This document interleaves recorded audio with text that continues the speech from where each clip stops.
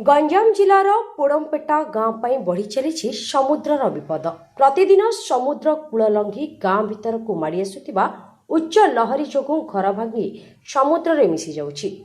परिस्थिति एभली रहिले पोड़मपेटा सह आउ 12 खंड गांव समुद्र गर्भरे लीन हेबार आशंका करिसेंति स्थानीय लोके।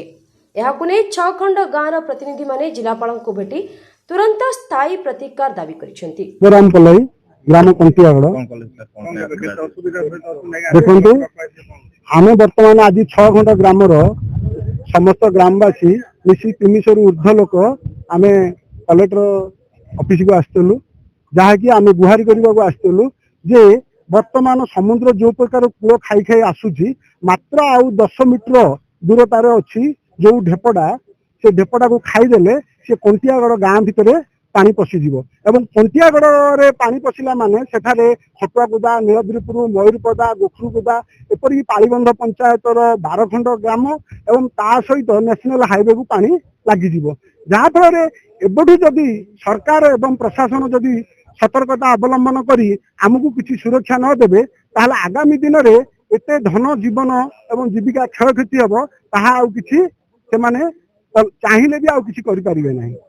से आम एति आपण मान माध्यम एवं सरकार को एवं प्रशासन को निवेदन करुचु जे यथाशीघ्र सेठारे आमर पत्थर बंध करंतु वा गार्ड वाल करंतु एपरि करबा द्वारा आम चिर उपकृत हो पारि। एवं विधायक एवं जिलापाल जो प्रतिश्रुति देले एवं आम सामने भी जो जो ऑफिसर मान सहित कथा हेले आमे भाबुछु जे से माने कार्य करिवे किंतु आमे चाहूछु जे यथाशीघ्र आज बा काली आउ जेते देरी कले आउ फल किछि मिलिबो नाही। ओना दिलीप छोटराय एवं पालीबंध पंचायत रे सरपंच आमे आज जिलापाल पाखु आस्थिलु। आमे आपण माने समते जानचंदी आपण माध्यम रे आमे सारा राज्य को ओडिशा सरकार को आमे अवगत करैछु जिला प्रशासन को अवगत करैछु। आपण माने जानचंदी जे कंटियागड़ हटुआकुदी कंटियागड़ पोड़मपेटा नीलाद्रिपुर एमिति कि 6टा गां सहित आउरी 50 खंड गां आक्रांत हेबे।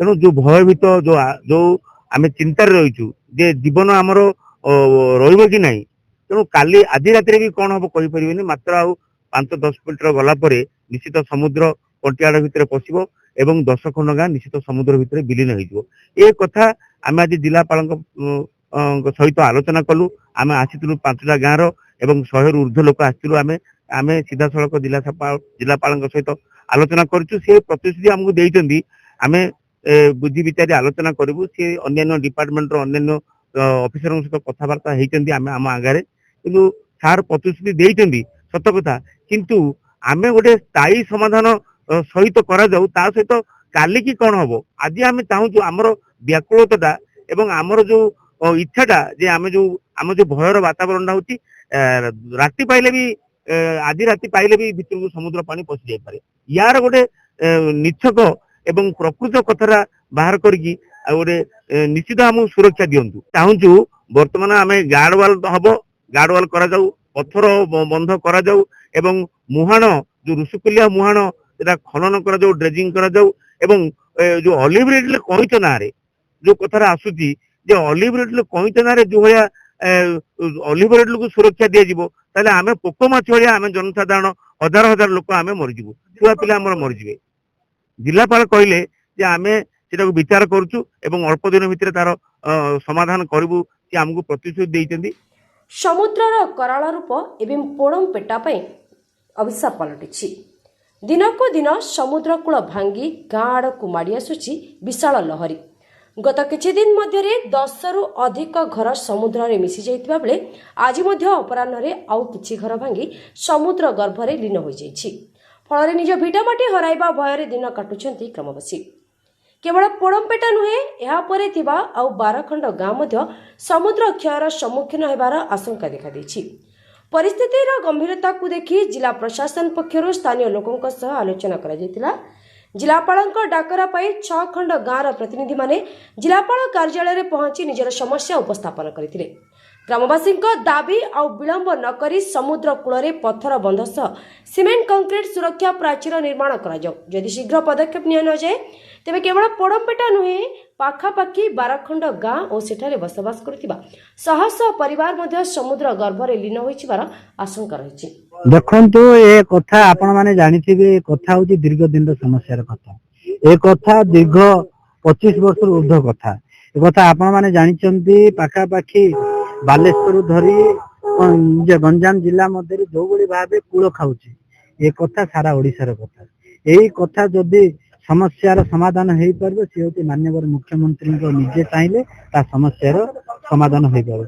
ଏଠି ଆପଣ ମାନେ ଜାଣିଥିବେ ଯୋଉ ଆରଜିପିଲି ଠାରେ ଯୋଉ ସମୁଦ୍ର ଠାରେ ଯୋଉ କୂଳ ଖାଉଛି, ଏଠି ମାନ୍ୟବର ମୁଖ୍ୟମନ୍ତ୍ରୀଙ୍କ ଇଚ୍ଛା ପ୍ରକାଶରେ ପାଖାପାଖି 80 କୋଟି ଟଙ୍କାର ତା ଅଳ୍ପ ଦିନ ମଧ୍ୟରେ ତା ଟେଣ୍ଡର ହେବା ପାଇଁ ତାହା ଯିବ। ଏଥିମଧ୍ୟରୁ ଆପଣମାନେ ଦେଖିଛନ୍ତି କଣ ଯେ ପଡମପେଟା ଗାଁ, ଯୋଉ ପଡମପେଟା ଗାଁର ଯୋଉ କୂଳ ଖାଉଛି, ଏ କଥା ଆମେ କଣ ଯେ ମାନ୍ୟବର ମୁଖ୍ୟମନ୍ତ୍ରୀଙ୍କୁ ବି ମଧ୍ୟ ଏକ ଚିଠି ଲେଖିଛୁ। ଏଠି ଆମେ ଜିଲ୍ଲାପାଳଙ୍କୁ ବି ଆସି କଣ ଯେ ଆମେ ଅନୁରୋଧ କରି କହୁଛୁ, ଏଠି ସମସ୍ତଙ୍କର ଜିଲ୍ଲାପାଳଙ୍କ କଥା ହୁଅନ୍ତୁ, ଓଡିଶା ସରକାରଙ୍କର ମାନ୍ୟବର ମୁଖ୍ୟମନ୍ତ୍ରୀଙ୍କ କଥା ସମସ୍ତେ ଚାହିଁଲେ ଏ କାମ ଅତି ସହଜ କମ ଦିନ ମଧ୍ୟରେ ଏ କାମ ଠିକ ଭାବରେ ହେଇପାରିବ। ତେବେ ସମସ୍ତଙ୍କ ନଜର ରହିଛି ବର୍ତ୍ତମାନ ଜିଲ୍ଲା ପ୍ରଶାସନର ପରବର୍ତ୍ତୀ ପଦକ୍ଷେପ ଉପରେ। जो पोडमपेटार जो समुद्र तरफ जो कोस्टल इरोशन देखा जाउची, से जो अबैंडन्ड विलेज गोटे अच्छी जो मन को आगु हस्तांतर करके अलग कॉलोनी रखाई, से जो अबैंडन्ड विलेज धीरे धीरे इरोशन और अधिक होबार देखा मिलूँ एवं केतटा घर गुड़ाक भांगिकी समुद्र को पलायबार चित्र नजर का आसी।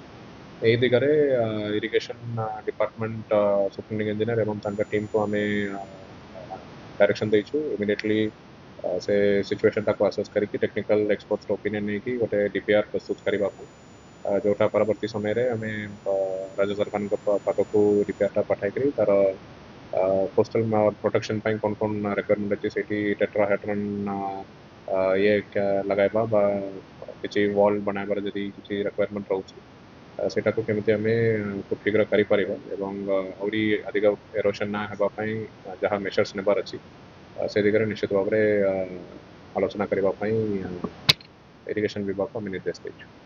छत्रपुर किरोज साहू का रिपोर्ट, गंजाम समाचार।